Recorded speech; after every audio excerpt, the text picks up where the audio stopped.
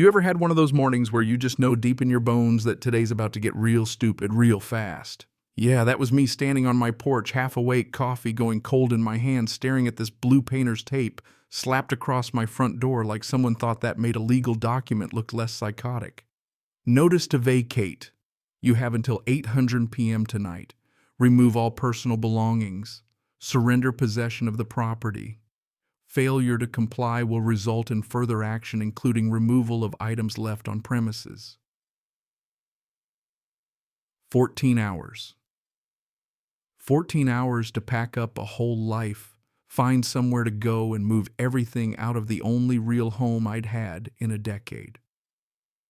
My dad's house. The one he bought gifted to me and my mom, still in his name on paper, sure, because we were slow about the transfer, but mine in every way that mattered. And the kicker, the homeowners association had zero legal right to throw me out. But here I was standing there in my faded pajamas staring at that stupid paper thinking, this has to be some kind of joke, right? Maybe meant for my neighbors, the ones who always block the fire lane with their sea of minivans. But then I caught the signature at the bottom, Daxel Trent, President, Board of Directors. Not a joke. That man did not have a sense of humor. If anything, he woke up every morning asking himself, how can I make everybody here regret buying property? I'd been on his radar since my dad's health went south and he stopped coming to HOA meetings. Dad, he'd show up, ironed, calm, ready, always with this quiet way of making board members flinch just by asking real questions. After his stroke, he was out, and suddenly it was open season on me. The association started calling me a renter squatting on property that wasn't technically mine. Their words, not mine. I took a picture of the notice front and back and called my mom. She picked up on the second ring, and before I could say anything, she goes, if this is about the raccoon, we resolved it humanely. Only my mom could start a conversation like that. I told her, no, it's not a raccoon. It's a notice to vacate. 14 hours. There was a pause, like she thought she'd misheard. 14 hours. I read her the whole thing. She snapped into action. She might cry during commercials, but she will walk up to anybody and tell them off with a smile. They absolutely cannot do that. Where are you? Are you okay? In the doorway. Haven't even had breakfast yet. Go eat something. Take 3 pictures of that notice, text them to me. Then call your dad. Dad was in rehab barely 6 in the morning, but I called him anyway. He picked up on the first ring because that's just who he is. Something's wrong. You only call this early when there's a problem. Love you too, Dad. The board tried to evict me, gave me 14 hours, taped a notice to the door, called me the occupant, and said I've been non-compliant for months.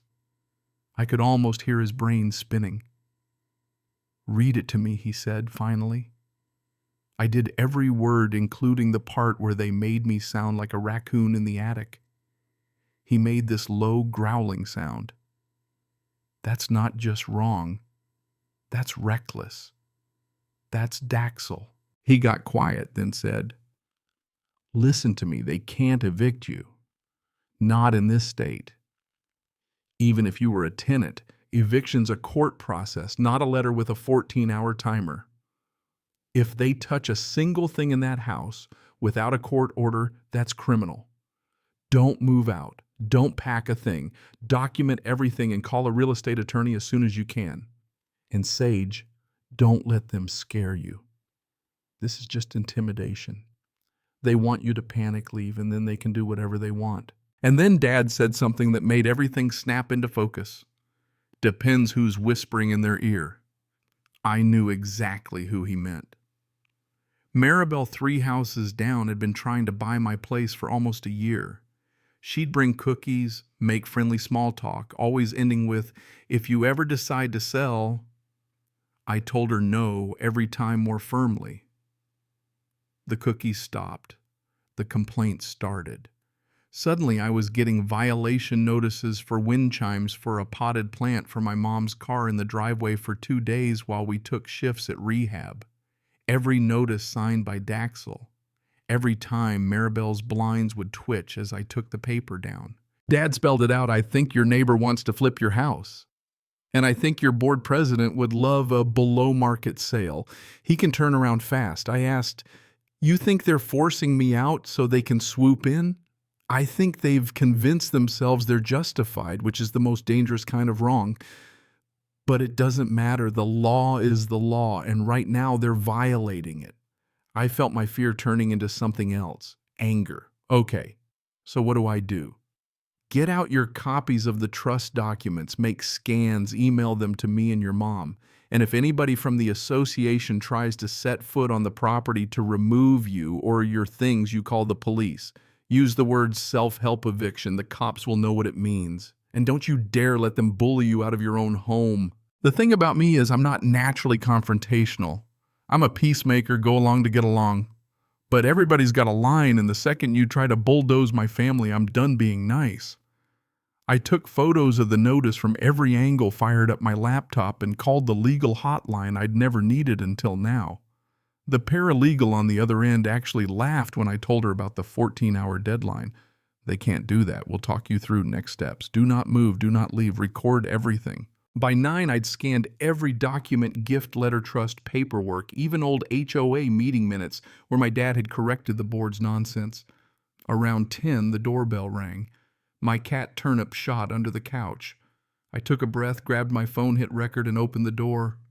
There he was, Daxel, in his association logo polo clipboard glued to his hand, and behind him Maribel, looking all fake concerned.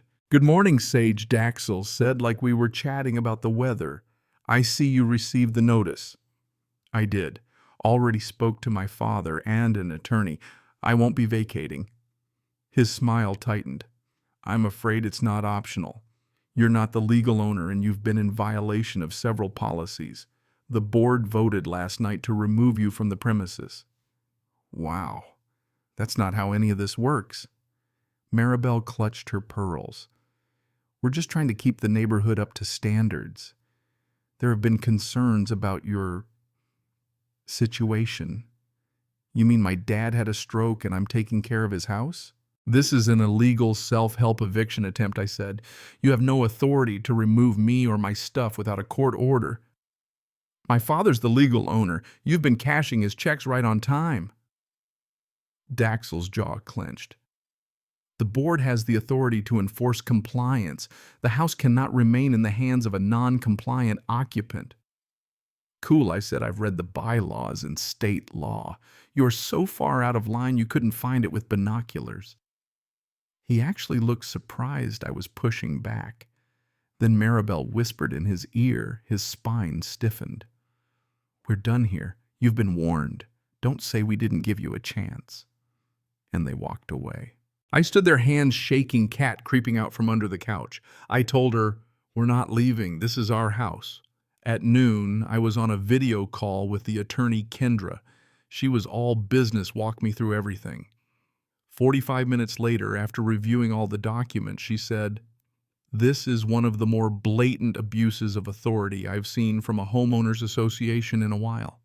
They cannot evict you. They can't set a 14-hour deadline. If they try, they're opening themselves to serious liability." She promised a cease and desist letter by the afternoon and told me to start talking quietly to neighbors, see if this was a pattern. First stop, Miss Adeline across the street lived here since before the association even formed. She laughed when I asked if she'd heard about my eviction. The whole street's buzzing. That man was marching around like he was leading a parade. I asked her if this had happened to anyone else she told me about. The Wilsons pushed out over a wheelchair ramp violation notices every week until they left. "Old folks like me are bad for property values, or so I've heard," she said with a sad smile. I realized then this wasn't just about me. This was a pattern target. The vulnerable nickel and dime them with rules, make life miserable until they leave. I asked if she talked to my attorney, not just about me, about her own experience. She agreed, and suddenly I had a team. Back home, Kendra's cease and desist email hit my inbox, full of legal firepower and calm threats. For a moment, I actually felt good, vindicated. But people like Daxel don't back down that easy. Sure enough, by 5, a moving truck showed up. The property manager, Curtis, and the HOA crowd gathered on my lawn. Daxel, hopping off his little golf cart like a villain at the end of Act 2. I called 911, explained the whole thing to the dispatcher, who to her credit got it immediately. I'm classifying this as an attempted illegal eviction. Officers are on their way. Do not open your door. When the cops arrived, it was like a scene out of a courtroom drama. One officer with a tight bun, Officer Rains, split off and got the story, looked at the notice and said 14 hours. That's not a thing. She strode over to the HOA crew and laid down the law. You can't vote to remove someone from a home they lawfully occupy. This isn't an apartment complex. Your bylaws do not override state law. If you try to enter this house or remove her stuff, we will intervene. Daxel went from red to white, blustered about procedure and their legal counsel. If your lawyer told you this was okay, fire them, she said. The movers were let off the hook. The truck drove away, and neighbors came out to watch the HOA's walk of shame. Maribel never looked at me. Miss Adeline waved from her porch garden, flag fluttering. That night, I sent everything to Kendra. The notice, police report, all of it. She replied instantly, saying this had just turned into a very strong case. The next days were a blur, Kendra filing formal complaints, me going door to door with Miss Adeline collecting stories of violation after violation. Vulnerable people, petty rules, maximum pressure. At the next board meeting, the place was packed, Kendra serving papers in front of everyone, residents lining up to tell their own stories. My 14-hour eviction was just the tip of a nasty iceberg. Days later, the board's treasurer called offering a deal. President and chair would resign, management company out, rules rewritten, written apologies, and compensation for those hurt. We took it. It wasn't TV-style fireworks, but it hit them where it hurt, publicly and in the wallet. The association sent out a letter admitting overly aggressive enforcement and promising reforms. Another letter came to me admitting what they'd done was improper, with a check that covered my legal bills and then some. Miss Adeline's fines vanished. She framed her apology and bought a second garden flag just because she could. The regulators issued fines and a formal reprimand. The manager lost his contract. Daxel resigned for personal reasons. I saw him at the store, and he ducked down another aisle. Maribel's for sale sign went up a few months later. My dad came home, put a hand on my shoulder at the top of our porch steps and said, "Still ours." Always, I told him. Now I sit on that porch watching the world go by, a ramp beside me, welcome packets that include a page on residents' rights, and a board that knows exactly where the line is and what happens if they cross it. They gave me 14 hours to disappear. Instead, they lost their grip, and I kept my home. And every time I passed that spot on the door, I remember the moment I decided I wasn't going anywhere. So here's what I figured out. Sometimes justice isn't loud. Sometimes it's just stubborn, patient, and a little bit vengeful. And if you've ever wondered how far an HOA will go to get their way, or what it takes to make them stop, well, I hope my story gives you something to think about. Now tell me, where do you draw the line? Ever had to stand your ground against someone with too much power and too little sense? Drop your story in the comments. Let's talk about justice, about courage, and about what it really means to call a place home.